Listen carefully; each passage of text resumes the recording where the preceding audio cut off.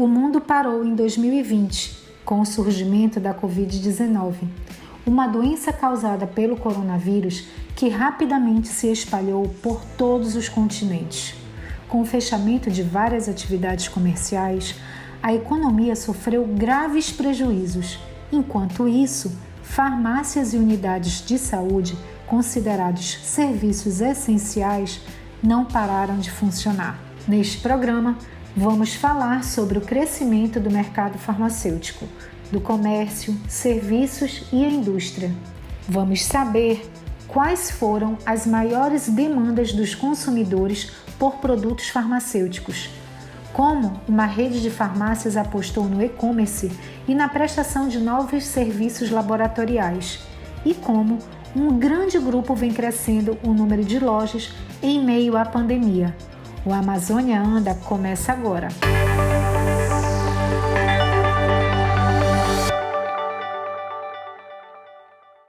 O mercado farmacêutico é um dos mais competitivos, complexos, rentáveis e inovadores da atualidade. Nele atuam grandes corporações mundiais que investem bilhões de dólares no desenvolvimento e comercialização de seus produtos. Quem está alinhado com essa realidade é o Grupo Tapajós, que atua nos estados do Amazonas, Pará, Rondônia e Roraima. O Grupo Tapajós tem mais de 25 anos de mercado. A gente atua no varejo e no atacado na região norte, né? Que é um grande desafio trabalhar na região norte aí, com todos os problemas que ela tem de logística, né? A gente tem hoje, são 127 lojas em 4 estados e atende também mais de 2.500 clientes no atacado, que representa, o atacado representa 40% do grupo e o varejo 60%. A gente teve no ano passado 1,1 bi de faturamento. E esses números representam mais de 50% de tudo que se vende de medicamento na cidade de Manaus sai e transita pelo Grupo Tapajós, o que só aumenta a nossa responsabilidade nesse momento tão complicado que a gente está passando. Se a gente tiver algum problema de desabastecimento de medicamento, não tem nenhum outro player na região que consiga atender ou suportar essa demanda em pouco tempo. O grupo comemora um crescimento acima de 2 dígitos nas vendas em 2020, pela alta demanda de produtos como medicamentos, enquanto demais setores da economia enfrentam prejuízos. O varejo farma nacional cresceu 13%, e a gente cresceu alinhado com isso. A gente teve um crescimento bastante significativo, acima de 2 dígitos, né? A gente comparar aí o varejo farma com outros negócios, né? Posto de combustível, varejo alimentar, a gente pensar na parte de comércio, roupa, calçado, ótica, é realmente um segmento que conseguiu manter a sua força e a sua relevância. Mas isso não quer dizer que a gente também não sofreu com a questão da pandemia. Nós tivemos vários funcionários afastados, tivemos que manter a operação funcionando, porque ela é uma operação essencial. A gente sofreu com nossos CDs, nossos parceiros, né? Muita falta de matéria-prima. Alguns produtos estratégicos também tiveram pausa nesse período. Assim, a gente consegue eventualmente sair melhor, mas o desafio para manter a operação funcionando é enorme, né? A gente sabe do nosso propósito, do nosso significado. Do ponto de vista logístico e de recursos humanos no varejo, as lojas do grupo tiveram que se adaptar para garantir a segurança dos seus colaboradores e clientes no atendimento. A gente, na verdade, teve vários pontos focais aí para poder manter a operação funcionando. O Grupo Santo Remédio, o Grupo Tapajós, ele faz parte da Abrafarma, né? Essa associação, na primeira fase da pandemia, lá em março do ano passado, criou vários protocolos e todas as redes associadas à Abrafarma seguem esses protocolos, que elas incluem desde a parte de que equipamentos de segurança têm que ser utilizados, máscaras, viseiras, até toda a parte de sinalização dentro do ponto de venda, a maneira como você pega a receita, a maneira como você entrega o medicamento. Eu brinco que isso acabou virando uma dança, né? E a maneira como você também higieniza todo o local de trabalho. Isso é a parte visível da operação, aquela parte que o cliente, quando vai à loja, percebe essa mudança. Mas tem toda uma outra parte de back-office que a gente foi preciso passar a implementar também. Então, no CD, nós tivemos testes maciços de Covid, a gente tem toda uma triagem para quando o funcionário começa a trabalhar, a gente tem todo um cuidado com os setores de recebimento, separação e expedição, e também a parte de higienização para que esse material, quando chegue à loja, quando o entregador chegue à loja, ele também não seja um vetor de transmissão. Então, não é só a parte de operação da loja, tem vários protocolos, principalmente na parte de logística, para garantir que a segurança tanto do funcionário que leva o produto até a loja, como a segurança do cliente que vai até nossas lojas. Por outro lado, as vendas online ficaram para trás, uma vez que o grupo decidiu apostar no delivery e em outras formas de atendimento. Mas a gente cresceu muito na parte de delivery. A gente tem uma operação de delivery hoje em Manaus significativa e ela é que tem respondido melhor a esse consumidor que está em casa, que não pode sair. A parte de digitalização tem avançado na parte de atendimentos via bots, né? A gente tem um chatbot pelo WhatsApp, que tem um volume considerável de ligações todos os dias que ele responde. E a gente também foi além disso, tá? A gente tem a primeira loja com drive-thru da cidade de Manaus, a gente tem vários motoqueiros entregando, a gente dobrou nossa quantidade de posições de atendimento. Eu diria que a gente pode estar um pouquinho atrasado na questão do site, mas tem outros canais digitais que a gente tem investido bastante. Além das vendas tradicionais, o Grupo Tapajós vem trabalhando para ampliar a gama de serviços farmacêuticos e atendimento em saúde em suas unidades.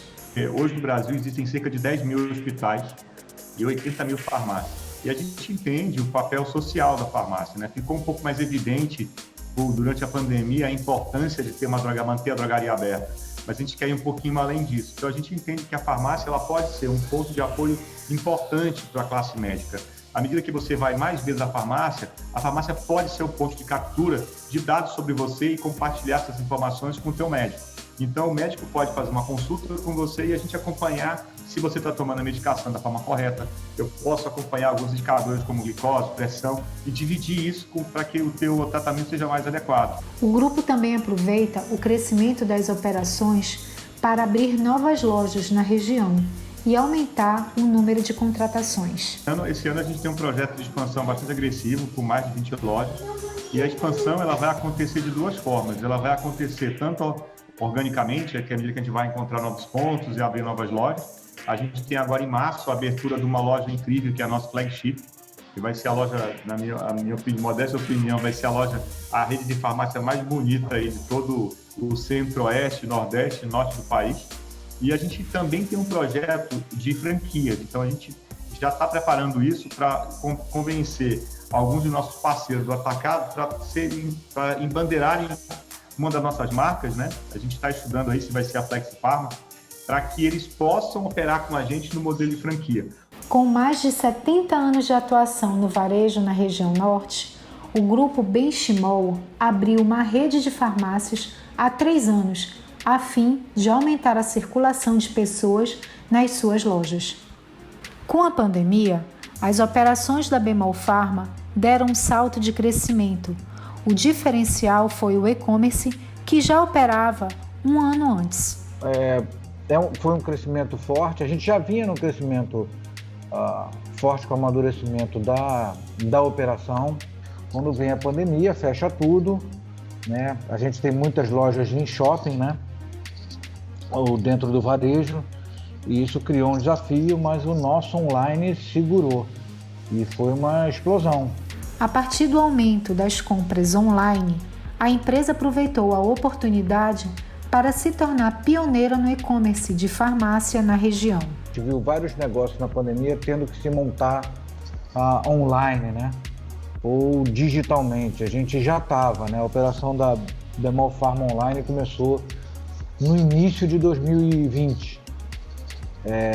Então a gente já estava, assim, o que a gente enfrentou foi realmente uma demanda fortíssima. A gente teve que correr atrás, mas estava preparado com o comércio eletrônico. E foi o grande boom, assim, não tem nem como te dar um número, porque é um percentual enorme. O número é grande demais. A mudança de canal, no sentido de hábito de consumo, de ter ido para o online, os clientes foram para o online, foram fazer compra de farmácia por online e gostaram. Além de produtos de higiene e farmacêuticos, a empresa também passou a oferecer uma gama de serviços, como exames e vacinação. A gente já botou vacinação, né? Que é um projeto que não, alguns podem achar que é com a visão de vacinação de Covid. Não, a gente abriu vacinação no sentido amplo, porque Manaus tem uma carência de clínicas de vacinação, é um mercado restrito que deixa poucas escolhas, né? Um desafio no preço. A partir da parceria com o laboratório HiLab, a empresa oferece hoje a experiência de realidade virtual para quem tem medo de agulha na hora de tomar vacina ou fazer coleta de sangue. E a gente entrou no jogo e entrou com uma inovação que é a realidade aumentada, que é o óculos 3D.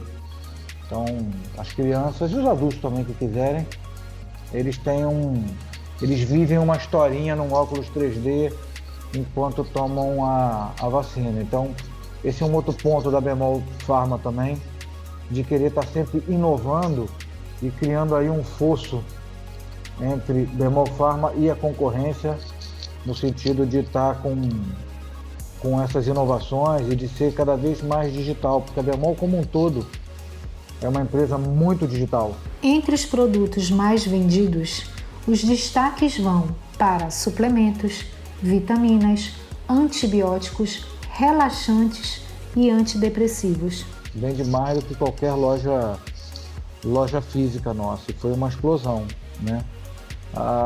O crescimento do negócio em geral também foi muito forte,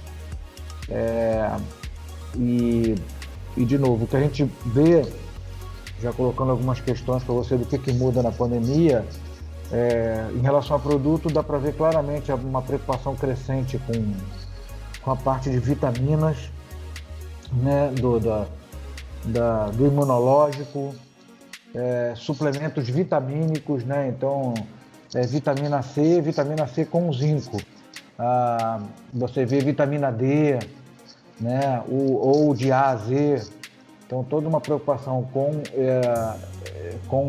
esse lado de saúde.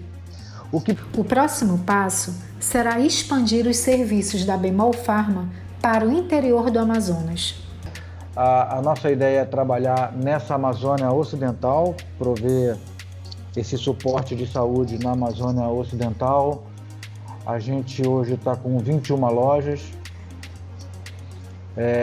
e já com algumas aberturas. A gente já está inaugurando a Ataíde Teves, lá em Boa Vista, agora no próximo sábado. O time está lá montando a loja. Então, mesmo nesse momento que nos desafia, a gente tem mantido todo o plano de crescimento, e a gente deve, agora em 2021, o que a gente vai verificar mais é um movimento de interior. Mais do que uma rede de farmácias, a empresa quer se tornar um ecossistema da saúde, inovando em serviços e em tecnologia. Eu sempre prego que o que a gente quer na Bemol Pharma é que ela seja um lugar de saúde, quebrando esse paradigma de que farmácia é um lugar de doença, um lugar de remédio, né, para uma doença que você tem, para alguma dor, né? O que a gente quer buscar é que a farmácia seja vista como um lugar de saúde. Então a gente quer buscar que a Bemol Pharma seja um ecossistema de saúde, para cuidar da saúde do nosso cliente de uma forma abrangente, né? O nosso lema ali é vida saudável.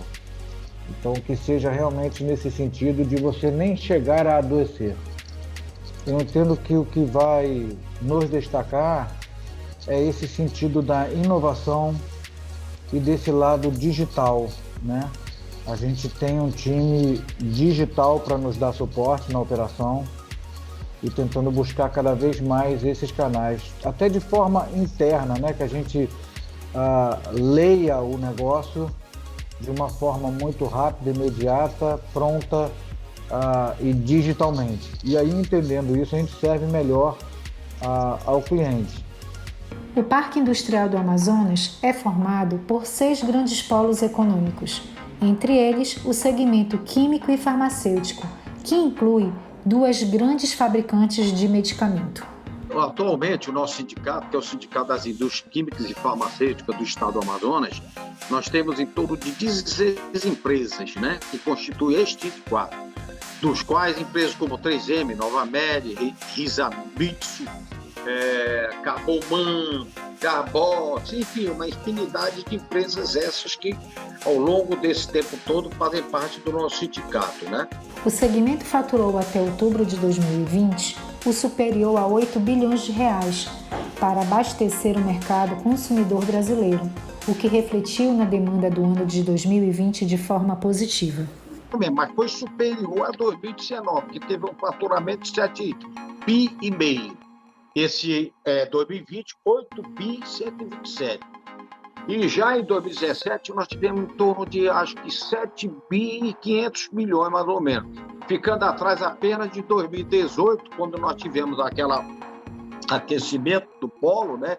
Quando nós tínhamos uma geração de emprego na ordem de 132 mil empregos, que lá para cá caímos para 80 mil, e aí sim, nós tivemos um recorde de 9 bilhões e 500 milhões de reais. Aí sim, foi a maior participação que nós tivemos.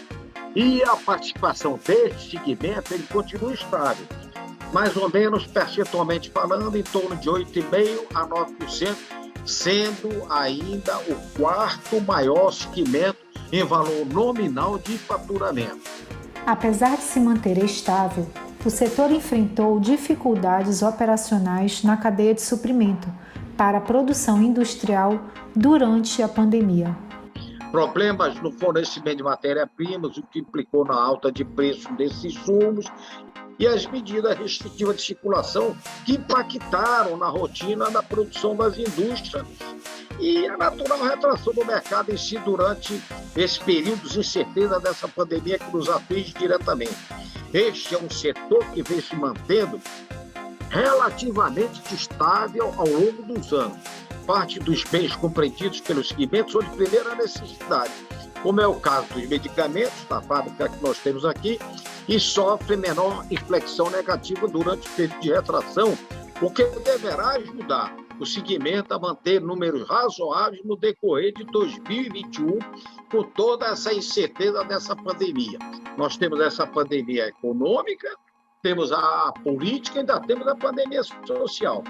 O aumento no faturamento do polo também veio da alta produção de gás carbônico hospitalar, usado no tratamento para pacientes com insuficiência respiratória. Ainda, né, dentro daquilo que nós temos, em função até das duas empresas que nós temos aqui. O grande, porque nós somos um polo, vamos dizer assim, é das indústrias químicas e farmacêuticas, onde o forte do sindicato são as indústrias químicas. Já na parte de farmacêutica ainda é muito restrito, muito pequeno, em função justamente dessas plantas que nós temos aqui. Além de grandes fábricas, fazem parte do polo de fármacos, empresas regionais de fitoterápicos, fitofármacos com insumos regionais amazônicos. Este polo foi criado em 2013, com a aprovação do processo produtivo básico de fármacos, que ajudaria a atrair empresas do segmento para Manaus. São empresas regionalmente amazonenses, empresas que lutam com essa dificuldade para fazer o reconhecimento desses produtos, que produtos esses focados e voltados para as essências da nossa floresta. Copaíba, Andiroba, enfim, todas essas essências que nós extraímos ainda da floresta, que são essas empresas que nós temos hoje e ainda aí em desenvolvimento, alguma delas, né? E o outro também é o foco em medicamentos sólidos, cápsulas e hidrágeos. E as dificuldades também que nós temos ainda hoje é com referência ao PPB, o famoso processo produtivo básico. A expectativa do desenvolvimento desse setor, de fato, ainda não foi atendida. A contribuição viria do Centro de Biotecnologia da Amazônia, que até hoje trava uma batalha para alcançar sua autonomia jurídica e se tornar um instituto de pesquisa de referência. O CBA está na mesma história da BR-319. O que nós temos que fazer? Acontecer, fazer com que o CBA efetivamente venha desenvolver a sua potencialidade para aquilo que ele foi criado. Além do mercado farmacêutico, o setor de medicina diagnóstica também cresceu com a procura por testes de Covid e exames de imagem nesta pandemia. Um exemplo é o grupo de laboratórios Sabin, que está presente nos estados do Amazonas, Pará, Roraima e Tocantins. O Sabin é uma empresa de medicina diagnóstica, a gente atua hoje no Brasil com diversos serviços, análises clínicas, diagnóstico por imagem, imunização, o serviço nosso de check-up executivo, que é o Sabin Prime. Na região norte, nós estamos desde 2012, iniciamos a nossa atuação na região norte pelos estados de Amazonas e Tocantins, e depois Belém do Pará, e também Boa Vista, Roraima. Hoje, o Sabin atua no Brasil com 296 unidades de atendimento, 5.500 colaboradores. Na região norte, nós temos 27 unidades de atendimento e em torno, média, de 450 colaboradores. Atuamos com serviços de análises clínicas em todas essas regiões. A demanda mobilizou os investimentos do grupo em pesquisa e desenvolvimento de testes, segundo Lídia Abdala, presidente executiva do Sabin. Também, além dos exames de PCR, fomos um dos primeiros laboratórios do Brasil a validar, os testes de sorologia, que são estes de anticorpos, que agora a gente utilizará, inclusive, tem utilizado para identificação, se a pessoa já desenvolveu o anticorpo IgG com relação à infecção ou não. E esse será um exame importante também agora para vacinação. Então, os desafios empresariais, eles foram muitos no sentido da gente estar desenvolvendo e seguindo investindo em tecnologia, nessas novas formas de se relacionar com o cliente, nas unidades móveis, unidades drive-thrus, e também o cuidado com a saúde, segurança e proteção dos nossos colaboradores. Um investimento grande em novos protocolos, em fluxos, tanto interno quanto externo, para atendimento ao cliente. E isso também nos trouxe desafios de aumento de custo operacional, de aumento de custos com reagentes, com insumos, com EPIs, que o Brasil passou por esse grande desafio aí de uma competição global por EPIs. Então, eu digo que a gente chega aí com esse quase um ano de pandemia, sem dúvida alguma, tendo a certeza de que conseguimos entregar nossa missão, de oferecer um serviço de saúde com excelência. Segundo Lídia, o momento desafiador trouxe lições empresariais e econômicas para a empresa. Acho que a pandemia nos impôs isso, flexibilidade, agilidade, velocidade nas decisões e na implementação de novas estratégias para os nossos negócios. Acho que tem aí também uma lição aprendida e que a gente já vinha investindo nisso, sabíamos o quanto a transformação digital estava mudando muitos dos segmentos, e com a saúde não é diferente. E eu acho que a pandemia também trouxe isso, a importância da digitalização, a importância da transformação digital e das novas soluções que a gente tem aí para o nosso setor de saúde. E esse é um caminho sem volta e que, inclusive, o próprio consumidor hoje já está muito mais aberto, receptivo, utilizando muito mais aí os aplicativos, os mobiles, para se relacionar com as empresas. Com a pandemia em curso e a esperança na vacinação, o ano de 2021 ainda deve trazer boas expectativas para o mercado farmacêutico, que certamente continuará crescendo, se desenvolvendo e criando muitas oportunidades de negócio. E o Amazônia Anda fica por aqui. Até a próxima semana.